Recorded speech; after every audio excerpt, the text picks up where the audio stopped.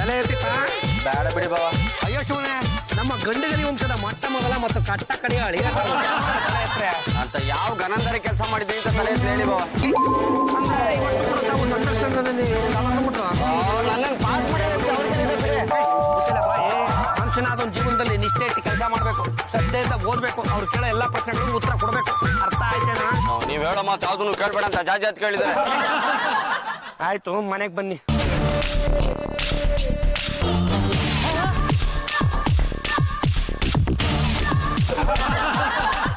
ಅಮ್ಮ ಮಹಾಲಕ್ಷ್ಮಿ, ನನ್ನೊಬ್ಬನ್ನೇ ಕಾಪಾಡಮ್ಮ. ಹೊಳೆ ಅಂದ್ರೆ ಮನುಷ್ಯನಾದವನಿಗೆ ದುಡ್ಡಿನ ಮೇಲೆ ವ್ಯಾಮೋಹ ಇರೋದು ಸಹಜ. ಆದ್ರೆ ಈ ತರ ಸಿಕ್ಕಂತ ದುಡ್ಡಿನ ಮೇಲೆ ವ್ಯಾಮೋಹ ಇರಬಾರ್ದು ಕಣ್ರಿ. ಪಾಪ ಅದು ಯಾರು ಎಷ್ಟು ಕಷ್ಟಪಟ್ಟು ದುಡ್ಡು ಏನೋ ಆ ಪರ್ಸ್ನಲ್ಲಿ ಅಡ್ರೆಸ್ ಇರುತ್ತೆ, ಆ ದುಡ್ಡು ತಗೊಂಡೋಗಿ ಅವ್ರು ತಲುಪಿಸ್ಬಿಟ್ಟು ಬನ್ನಿ. ನೀವೇನು ಮಾತಾಡಿದ್ರು ಆ ದುಡ್ಡು ಮಾತ್ರ ನಾನು ವಾಪಸ್ ತಲುಪಿಸಲ್ಲ. ಯಾಕೋ ಖರ್ಚಲ್ಲಿ ಏನ್ ಸಿಕ್ಕಿದ್ರು ಅದು ನಮ್ದೇ ಅಂತ ನಮ್ ಜಾಜಾತ್ ಕೇಳಿದ್ರೆ.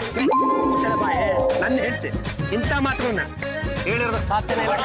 ಒಂದು ಪಕ್ಷ ನಾನು ಹೇಳಿದ್ರೆ ನೀವು ಒಂದು ವಾರ ವಾಚ್ಮನ್ ಡ್ಯೂಟಿ ಮಾಡ್ತೀರಾ? ಆಯ್ತು ಕಣ, ಮಾಡ್ತೀನಿ. ಪಕ್ಷ ನನ್ನ ಹೆಂಡತಿ ಇಂಥ ಮಾತುಗಳನ್ನು ಹೇಳಿರ್ಲಿಲ್ಲ ಅಂದ್ರೆ ನೀನು ವಾಚ್ಮನ್ ಕೆಲಸ ಮಾಡ್ತೀಯ? ಮಾಡ್ತೀನಿ. ಚಾಲೆಂಜ್ ಕಣ.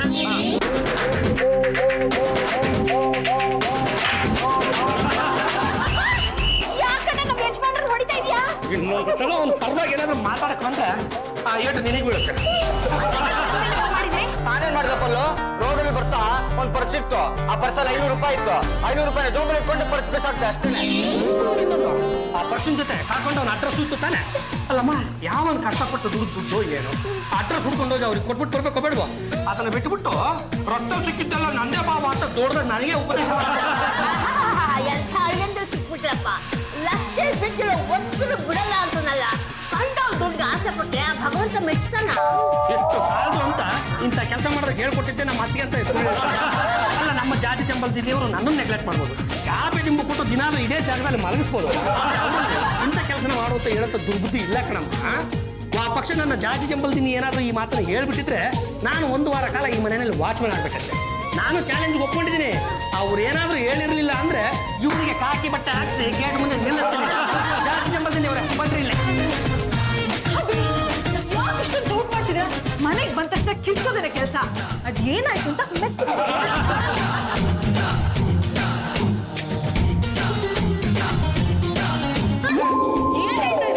ಇದೇ ಮತ್ತೆ ನನಗೆ ಆಗಲ್ಲ ಅನ್ನೋದು. ಅಲ್ಲಿ ಏನ್ ನಡೀತು ಅಂತ ಹೇಳೋಣ ಅಂತ ಬಾಯ್ ಬಿಟ್ಟು ಹೇಳಕ್ ಹೋದ್ರೆ ಏನ್ ಇಷ್ಟೊಂದು ಕಿಲ್ತೀರ ಅಂತ ಬೊಬ್ಬಡಿ ಹೊಡಿತೀರಾ? ಏನು ಅರ್ಥನೇ ಆಗ್ಲಿಲ್ಲ ಅಂತ ಹೇಳ್ತೀರಾ? ನಾವಿನ್ ಯಾವ ತರ ಮಾತಾಡ್ ಸಾಯಣ? ನಾರ್ಮಲ್ ನಿಮ್ಮ ಹೇಳ್ರಿ. ಹೇಳು. ಆಯ್ತಿರ್ರವ, ಅದು ನಾನು ಇವನು ರಸ್ತೆನಲ್ಲಿ ನಡ್ಕೊಂಡ್ ಬರ್ತಾ ಇದ್ವಿ ಕಣ್ರಿ.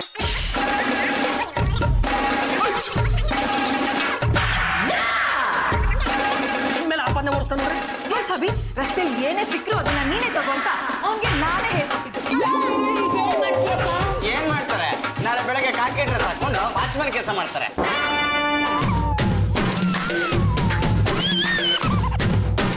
ಮತ್ತೆ ಏನ್ ಹುಡುಕ್ತಾ ಇದೀರಾ? ನೀರ್ ಹಾಕೋಣ ಅಂತ ಬಂದಿದ್ದೆ. ಉಂಗುರ ಎಲ್ಲ ಕಳಚಿ ಬಿಟ್ಕೊಂಡಿದೆ.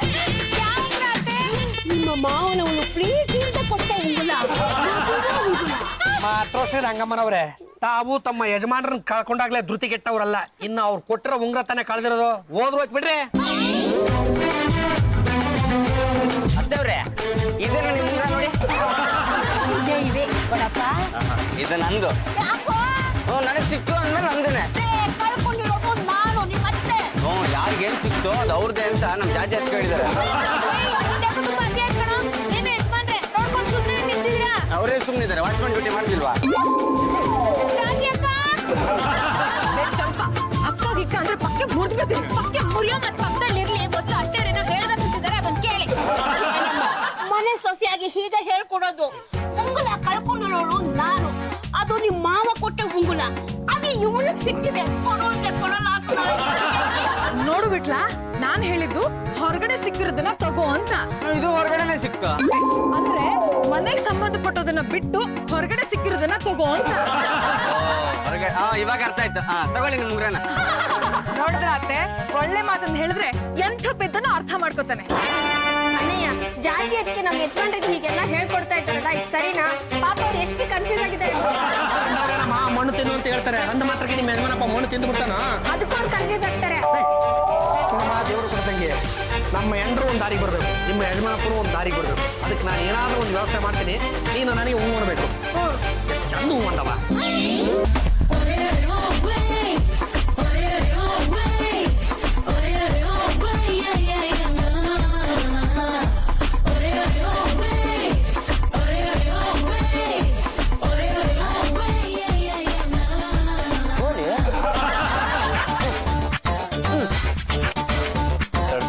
ಚೆನ್ನಾಗಿದೆ. ತಪ್ಪನೆ ಬ್ಯಾಗ್ ಅಲ್ಲೇ ಬಿದ್ದಿದ್ರು ಪಕ್ಕದಲ್ಲಿರೋ ಸಣ್ಣ ಗೋಲಿ ನಿಂತ್ಕೊಂಡು ಹೋಗ್ತಾ ಇದ್ದಾರೆ ಅಂದಮೇಲೆ ಆ ಭಗವಂತ ನಮ್ಮ ಮಳೆಯಂದ್ರಿಗೆ ಇನ್ನೆಂತ ಸಣ್ಣ ಬುದ್ಧಿ ಕೊಟ್ಟಿರೋದು. ರಾಜಾರಾಣಿ ನನ್ನ ಕೈಯೊಳಗೆ ಹಿಡಿ ಮಣ್ಣು ನಿನ್ನ ಇವತ್ತು ಯಾರ ಮುಖ ನೋಡಿದ್ನೇನೋ ಲಕ್ಕಿ ಲಕ್ಕಿ. ಅಣ್ಣ ಈ ಬ್ಯಾಗ್ ನಂದು ಕೊಟ್ಟಪ್ಪ. ಮಹಾಪ್ರಭು ಈ ಬ್ಯಾಗು ನಂದು. ಆ ಬ್ಯಾಗ್ನ ರಸ್ತೆಲಿ ಇಟ್ಟು ನಾನೇ ಕಣ ಕೊಟ್ಬಿಡು. ತಲೆಯಲ್ಲಿ ಬುದ್ಧಿ ಉಂಟ? ಬ್ಯಾಗ್ನ ಯಾರಾದ್ರೂ ರಸ್ತೆಲಿ ಇರ್ತಾರ? ಈ ಬ್ಯಾಗ್ನ ರಸ್ತೆಲ್ಲೇ ಯಾಕಿಟ್ಟಿದ್ರೆ? ಅದು ಬಿಸಿಲು ಕಾಯಲಿ ಅಂತ ನಾನೇ ಇಟ್ಟಿದ್ದಪ್ಪ. ಬರ್ರಿ, ಬ್ಯಾಗ್ನ ಬಿಸಿಲು ಕಾಯಕ್ಕೆ ಇರ್ತಾರ? ಇದು ನಿಮ್ದೇ ಕೇಂದ್ರ ಗ್ಯಾರಂಟಿ. ಈಗ ಇದ್ರಲ್ಲಿ ಏನೇನು ಇಟ್ಟಿದ್ರಿ? ಅದು ಒಂದು ಟೀ ಶರ್ಟ್ ಇದೆಯಪ್ಪ, ಒಂದು ಪ್ಯಾಂಟ್ ಇದೆ, ಒಂದು ಪುಸ್ತಕ ಇದೆ, ಒಂದು ಬಾಚಣಿಕೆ ಇದೆ, ಹಾಗೆ ಒಂದು ಸೋಪ್ ಇದೆಯಪ್ಪ. ಎಲ್ಲ ಕರೆಕ್ಟ್ ಆಗಿ ಹೇಳ್ತಾ ಇದ್ದೀರಾ? ಅಂದ್ಮೇಲೆ ಈ ಬ್ಯಾಗ್ ನಂದೆ ಕೊಟ್ಬಿಡಪ್ಪ. ಇದನ್ನ ಆಚೆ ಕಡೆ ಮಾಡ್ಕೊಂಡ್ರೆ 200 ರೂಪಾಯಿ ಕೊಡ್ತಾರೆ. ಈ ಬ್ಯಾಗ್ ನಿಮ್ಗೆ ಬೇಕೇ ಬೇಕು ಅಂದ್ರೆ 500 ಕೊಡಿ, ತಗೊಳ್ಳಿ.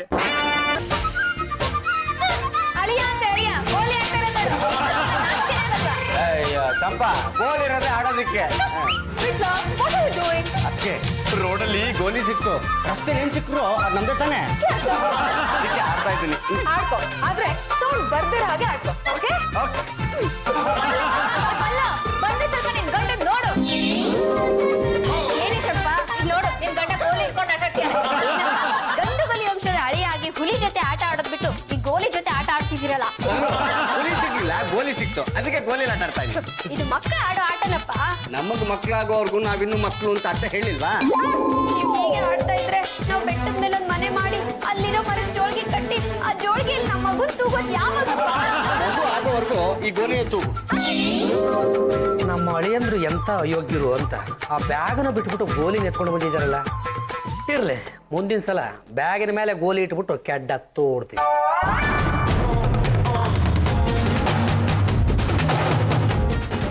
ಈ ಗೋಲಿ ತಗೊಳ್ಳೋದಕ್ಕೆ ಅಂತ ಅವ್ನು ಒಂದೇ ಬರ್ತಾನೆ, ಹಾಗೆ ಬ್ಯಾಗ್ನು ತಗೊಂಡು ಹೋಗ್ತಾನೆ.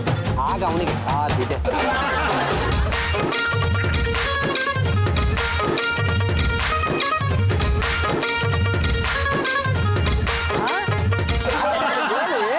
ನಿನ್ ಗೋಲಿ ನಮ್ ಬ್ಯಾಗು. ಆ ಬ್ಯಾಗ್ ಆಡ್ಬೋದು ನೋಡಿ, ಕೊಡ ಇಲ್ಲಿ. ರಸ್ತೆಯಲ್ಲಿ ಮೊದ್ಲು ಬ್ಯಾಗ್ ನಂಗೆ ಸಿಕ್ಕೈತೆ, ಇದು ನಂದ. ನಂಗೆ ಅಂತ ನಮ್ ಜಾಜಿ ಅಂತ ಕೇಳಿದಾರೆ, ಕೊಡ ಇಲ್ಲಿ. ಇದು ನಂದು, ನಂದು ಇದು.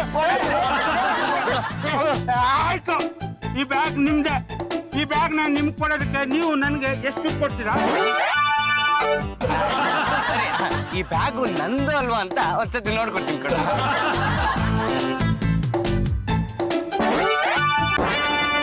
ಲಕ್ಷಾಂತರ ರೂಪಾಯಿ ಇದೆ, ಇವ್ನು ಎಷ್ಟು ಕೇಳಿದ್ರೆ ಅಷ್ಟು ಕೊಡ್ಬೇಕು, ಇಲ್ಲ ಅಂತಂದ್ರೆ ಬ್ಯಾಗ್ ಎತ್ಕೊಂಡ್ಬಿಡ್ತಾನೆ. ಬ್ಯಾಗಲ್ಲಿ ಏನೈತೆ? ಏನಿಲ್ಲ, ಒಂದ್ ಜೊತೆ ಹಳೆ ಬಟ್ಟೆ, ಜೊತೆಗೆ ಒಂದು ಸೋಪು, ಒಂದು ಬಾಚನ್ಗೆ, ಒಂದು ಪುಸ್ತಕ. ನಿಂಗೂ ಅಷ್ಟು ಕರೆಕ್ಟ್ ಗೊತ್ತು. ಯಾವನೋ ಬುಚ್ಚ ಡೈಲಿ ಬ್ಯಾಂಕ್ ತಂದು ಇಲ್ಲೇ ಬಿಸಾಕ್ಬಿಟ್ಟು ಇದರಲ್ಲಿರೋದನ್ನೆಲ್ಲ ಮಾರ್ಕೊಂಡೆ 200 ರೂಪಾಯಿ ಸಿಗೋದಿಲ್ಲ. ಹಾಗಾದ್ರೆ ಆ 200 ರೂಪಾಯಿ ನಾನೇ ಕೊಟ್ರೆ ನೀವು ಸುಮ್ ಕೊಟ್ಟೋಗ್ತೀಯಾ? ಮೊದಲು ಕೊಡು.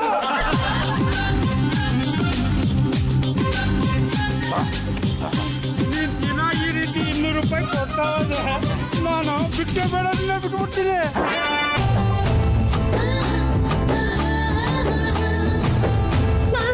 ಯಾರು ಬೇಕಾಗಿತ್ತಪ್ಪ? ರಂಗಮ್ಮನವ್ರು ಬೇಕಾಗಿತ್ತು. ರಂಗಮ್ಮ ಯಾಕೆ ಬೇಕಾಗಿತ್ತು? ಅವ್ರು ಕಾಲ್ ತೋರಿಸಿದ್ರೆ ನಮಸ್ಕಾರ ಮಾಡೋದಕ್ಕೆ. ನನ್ನ ಕಾಲು ಇಲ್ಲೇ ಇದೆ, ನಮಸ್ಕಾರ ಮಾಡಪ್ಪ. ಅಳಿಯಂದ್ರೆ ನೀವಾ? ಇದೇನ್ ನಿಮ್ಮ ಅವತಾರ? ನಾನು ಇವಾಗ ಒಬ್ಬ ದೊಡ್ಡ ಸಾವುಕಾರ ಅಂತಮ್ಮ. ಬೇಗ ಬಾಲಿ, ಲಕ್ಕು ಹೊಡೆದಿದೆ. ಲಕ್ಕು ಹೊಡೆದಿದೆ. ಏನಮ್ಮ, ನಿನ್ನ ಯಜಮಾನ ಈಗ ದೊಡ್ಡ ಸಾಹುಕಾರ ಆಗ್ಬಿಟ್ಟಿದ್ದಾನೆ. ಹೌದೇನಪ್ಪ? ಪಲ್ಲು, ದೇವ್ರು ನಮ್ಮ ಭಾಗಕ್ಕೆ ಕಣ್ಣು ಬಿಟ್ಟ. ನಾವೇ ಒಂದು ಕಂಪ್ನಿ ಓಪನ್ ಮಾಡಿ ಬೇಕಾದನ್ನ ಕೆಲ್ಸಕ್ಕೆ ಹೋಗ್ಬೋದು. ಹಾಗಾದ್ರೆ ನಾವು ಆದಷ್ಟು ಬೇಗ ಬೆಟ್ಟದ ಮೇಲೆ ಮನೇನು ಮಾಡ್ಬೋದು. ಮನೇನು ಮಾಡ್ಬೋದು, ಬೆಟ್ಟನೇ ಕೊಂಡ್ಕೋಬಹುದು.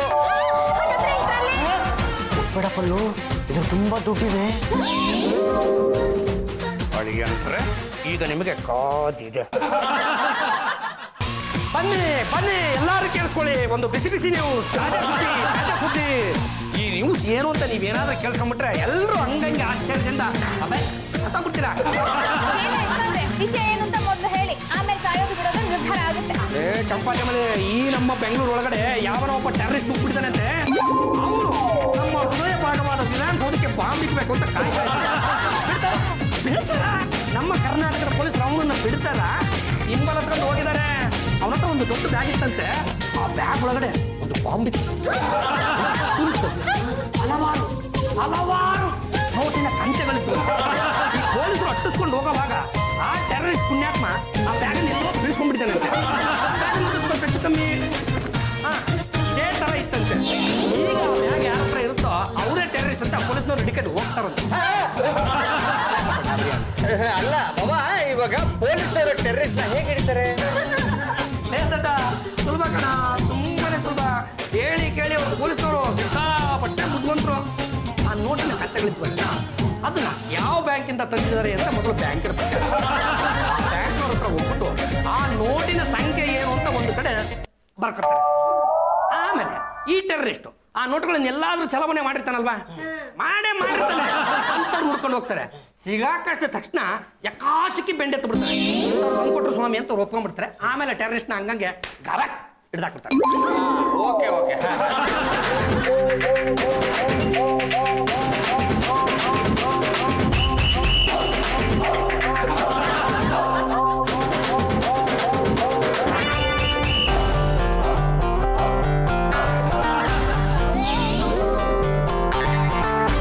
ಟೆರರಿಸ್ಟ್ ಕಳ್ಕೊಂಡಿರೋ ಬ್ಯಾಗ್ ನಂಗೆ ಸಿಕ್ಬಿಟ್ಟಿದೆ. ಹೆಂಗಾರು ಮಾಡಿ ಆ ಭಿಕ್ಷುಕನು ಕೊಟ್ಟಿರುವಂತ 500 ರೂಪಾಯಿ ವಾಪಸ್ ಇಸ್ಕೋಬೇಕು. ರಾಣಿ ನನ್ನ ಕೈಯೊಳಗೆ, ಮಣ್ಣು ನಿನ್ನ ಬಾಯೊಳಗೆ. ಭಿಕ್ಷೆ ಹಾಕಕ್ ಬಂದ್ರ? ಇಲ್ಲ, ನೆನ್ನೆ ಕೊಟ್ಟಿದ್ನಲ್ಲ 200 ರೂಪಾಯಿ, ಅದೊಂಚ ವಾಪಸ್ ಬೇಕಾಯ್ತಲ್ಲ. ತಲೆಯಲ್ಲಿ ಬುದ್ಧಿ ಗಿದ್ದಿ ಇದೆಯಾ? ತಿರ್ತಿ ಉಂಡಿಲ್ ಹಾಕಿದ ದುಡ್ಡು, ಪಿಚ್ಚಿಗೆ ತಟ್ಟೆಗಾಗಿದ್ದ ದುಡ್ಡು ಯಾವತ್ತೂ ವಾಪಸ್ ಬರೋಕ್ಕಿಲ್ಲ. ಅದು ನನಗೂ ಗೊತ್ತಪ್ಪ, ಆದ್ರೆ ನೆನ್ನೆ ಕೊಟ್ಟಿದ್ನಲ್ಲ 200 ರೂಪಾಯಿ, ನಂಗೆ ಅದೇ ನೋಡ್ಬೇಕು. ಬೇರೆ ನೋಟ್ ಕೊಡ್ತೀನಿ. ಮಾತಾಡ್ತಿರೋದು ನೋಡ್ರೆ ನನ್ಗೆ ಯಾಕೋ ಅನುಮಾನ. ನಾನು ದುಡ್ಡು ವಾಪಸ್ ಕೊಡೋಕ್ಕಿಲ್ಲ. ಅಣ್ಣ, ನಿನ್ನ ಕಾಲ್ ಮುಗಿತೀನಿ. ನೆನ್ನೆ ಕೊಟ್ಟಿದ್ನಲ್ಲ ನೋಟು, ಅದನ್ನ ಎಲ್ಲೂ ಖರ್ಚು ಮಾಡ್ಬೇಡ. ಆ ನೋಟ್ ನನಗೆ ವಾಪಸ್ ಬೇಕು. ಅದೇ ನೋಟ್ ಬೇಕಾದ್ರೆ ಬೇರೆ 200 ರೂಪಾಯಿನ ನೀನ್ ನನ್ಗೆ ಸಂಪಾದನೆ ಮಾಡ್ಕೊಡ್ಬೇಕು. ಸಂಪಾದನೆ ಹಾಕಣ, ನಂತರ ಬೇರೆ 200 ರೂಪಾಯಿ ಏ, ಅವೆಲ್ಲ ನಮ್ಗೆ ಬೇಕಾಗಿಲ್ಲ. ನಮ್ ಭಿಕ್ಷುಕರ ಕಷ್ಟ ಏನು ಅಂತ ನಿಮ್ಗೆ ಅರ್ಥ ಆಗ್ಬೇಕು. ಏನ್ ಮಾಡ್ಬೇಕು? ನೀವು ನನ್ನ ಜೊತೆ ಭಿಕ್ಷೆ ಬೇಡಬೇಕು. ಸುಮ್ಮನೆ ಕುತ್ಕೊಂಡ್ರೆ ಯಾರು ಭಿಕ್ಷೆ ಹಾಕೋದಿಲ್ಲ. ಏನ್ ಮಾಡ್ಬೇಕು? ಬಾಯ್ ಬರ್ತಾಳೆ. ದೇವರೇ, ನೀನು ಇದ್ದರೆ ಇಂಥ ಶಾಪ ಪಾಪಿಗೂ ಕೊಡಬೇಡ.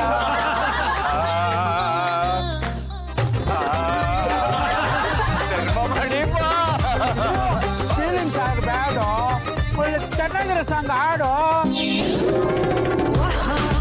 ನಿಮ್ಮನ್ನೆಲ್ಲ ನೋಡಿದೀನಲ್ಲ. ನಾನು ನೋಡಿಲ್ಲ ನಿಮ್ಮನ್ನ. ಎಲ್ಲ ಗಂಡುಗಲಿ ಸರಿಯ ಅಲ್ವಾ ನೀನು? ನಾನಲ್ಲ ಅದು. ನಾನೇ ಬಿಟ್ಟಿನ ಮೂರ್ತಿ ಎಮ್ಮೆ ಮಾಡ್ಕೊಂಡು ವಿಷಯ ಬೇಡ ಬಂದಿದ್ದೀನ. ನಾನು ಕೇಳಲ್ಲ.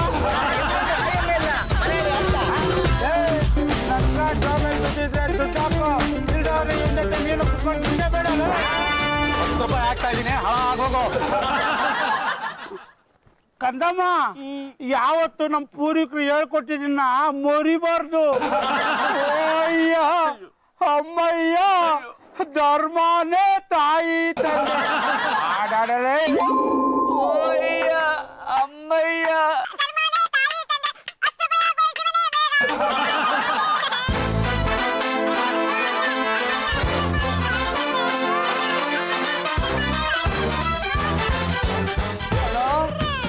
ಯಾಕೋ ತಲೆ ಸುತ್ತ ಬಂದಂಗ ಆಗ್ತಿದೆ ಅಣ್ಣ.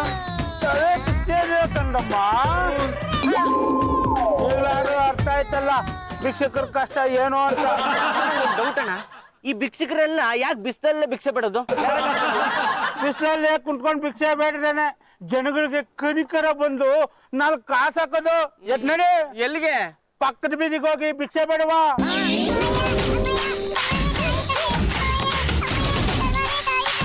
ಅಣ್ಣ ಅಣ್ಣ, ಈ ದುಡ್ಡು ತಗೊಂಡ್ಬಿಟ್ಟು ನಾನು 200 ರೂಪಾಯಿ ವಾಪಸ್ ಕೊಡ್ತೀನಿ. ಹೋಗ್ಲಿ ತಾತ. ಅದೇನೋ ತಾನೆ. ಏಯ್, ನೀವು ಮೋಸ ಮಾಡ್ಬೋದು, ನಾವು ಮೋಸ ಮಾಡಿರ್ತೀವಿ. ಇದೇ ಕೊನೆ. ಇನ್ನೊಂದ್ಸರಿ ನನ್ನ ಕಣ್ಣಿಗೆ ನೀನು ಕಾಣಿಸ್ಕೊಂಡ್ಯೋ ಪರ್ಮನೆಂಟ್ ಆಗಿ ಬೆಗ್ಗರ್ ಮಾಡ್ಬಿಡ್ತೀನಿ. ಪಾಂಡುರಂಗ ಗಂಡುಗಲಿ ತಾವು ನಮ್ಮ ಹೆಸರಿಗೆ ಲಂಗ ತೊಡಿಸಿದ್ದು ಆಯ್ತು, ನಮ್ಮ ಜಾತಿ ಚಂಪಲ್ದಿನಿಯವರು ನಮಗೆ ಕಾಕಿ ಬಟ್ಟೆ ಉಡಿಸಿದ್ದು ಆಯ್ತು. ಏನು ಅಂತ ಹೇಳಿ. ಮತ್ತೆ ಆ ಕೆಳಗೆ ಇಷ್ಟು ಸಿಗ್ತಾನೇನೋ? ಸಿಕ್ಕದೆ ಎಲ್ಲಿ ಹೋಗ್ತಾರೆ ಮಾತ್ರೋಸೆ. ಅವನು ಒಂದು ಬ್ಯಾಗ್ ಹಾಕೊಂಡಿದ್ದಲ್ಲ, ಆ ಬ್ಯಾಗು ಈಗ ಯಾರ ಹತ್ರ ಇದೆ ಅನ್ನೋದನ್ನು ನಮ್ಮ ಪೊಲೀಸರು ಈಗಾಗಲೇ ಪತ್ತೆ ಹಚ್ಚಿಬಿಟ್ಟಿದ್ದಾರೆ. ಅವನು ಇಷ್ಟರಲ್ಲೇ ಮಟ್ಟನು ಹಾಕ್ತಾನೆ. ಅವ್ನು ಸಿಕ್ಕಿದ ತಕ್ಷಣ ಸಾಯೋವರೆಗೂ ಜೈಲ್ಗೆ ಹಾಕ್ಬಿಡ್ತಾರ. ಈ ಜೈಲಲ್ಲಿ ಹಾಕೋದು ಗೀಲಲ್ಲಿ ಹಾಕೋದು ಎಲ್ಲ ನಿಮ್ ಶತಮಾನಕ್ಕೆ ಮುಗಿದೋಯ್ತು. ಇಂಥ ಕೇಸಲ್ಲೆಲ್ಲ ಏನ್ ಶಿಕ್ಷೆ ಗೊತ್ತೇನ್ರ? ನಡು ಬೀದಿನಲ್ಲಿ ನಿಲ್ಸ್ಕೊಂಡು ಹಂಗಂಗೆ ನೇಣು ಹಾಕ್ಬಿಡ್ತಾರೆ. ಕುಂತ್ ಜಾಗದಲ್ಲೇ ಕನಸು ಕಾಣ್ತೀಯಲ್ಲ ನಿನ್ನಂತ ಸುಖ ಪುರುಷರ ಇನ್ಯಾರಪ್ಪ? ಹೋಗ ಮುಖ ತೊಳ್ಕೊಂಬ.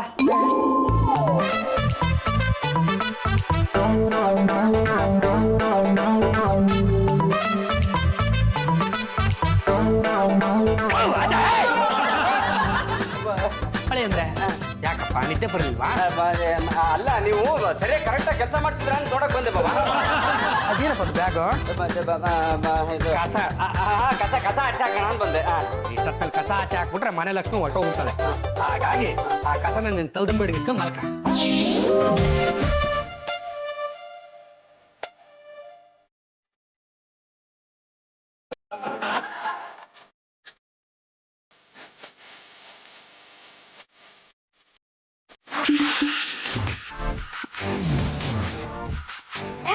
ತಡ್ಕಲ್ ಭಾಡೆ ಬಾಳೆ ಇಲ್ಲಿ.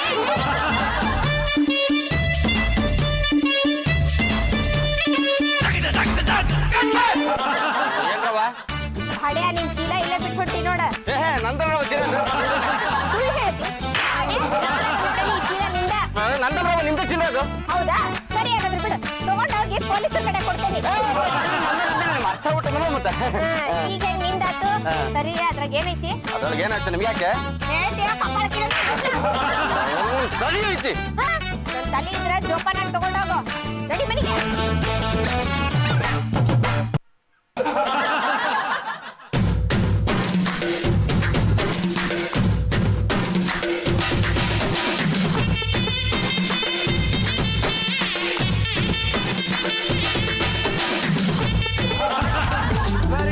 इंस्पेक्टर ऑफिसर जहांगीर यासर पे है मानस का है सत्य ಒಪ್ಪಿಕೊಂಡ್ರೆ ಸುಖವಾಗಿರ್ತೀರಾ, ಸುಳ್ಳು ಹೇಳಿದ್ರೆ ಸತ್ಯ ಬರ್ತೀರಾ.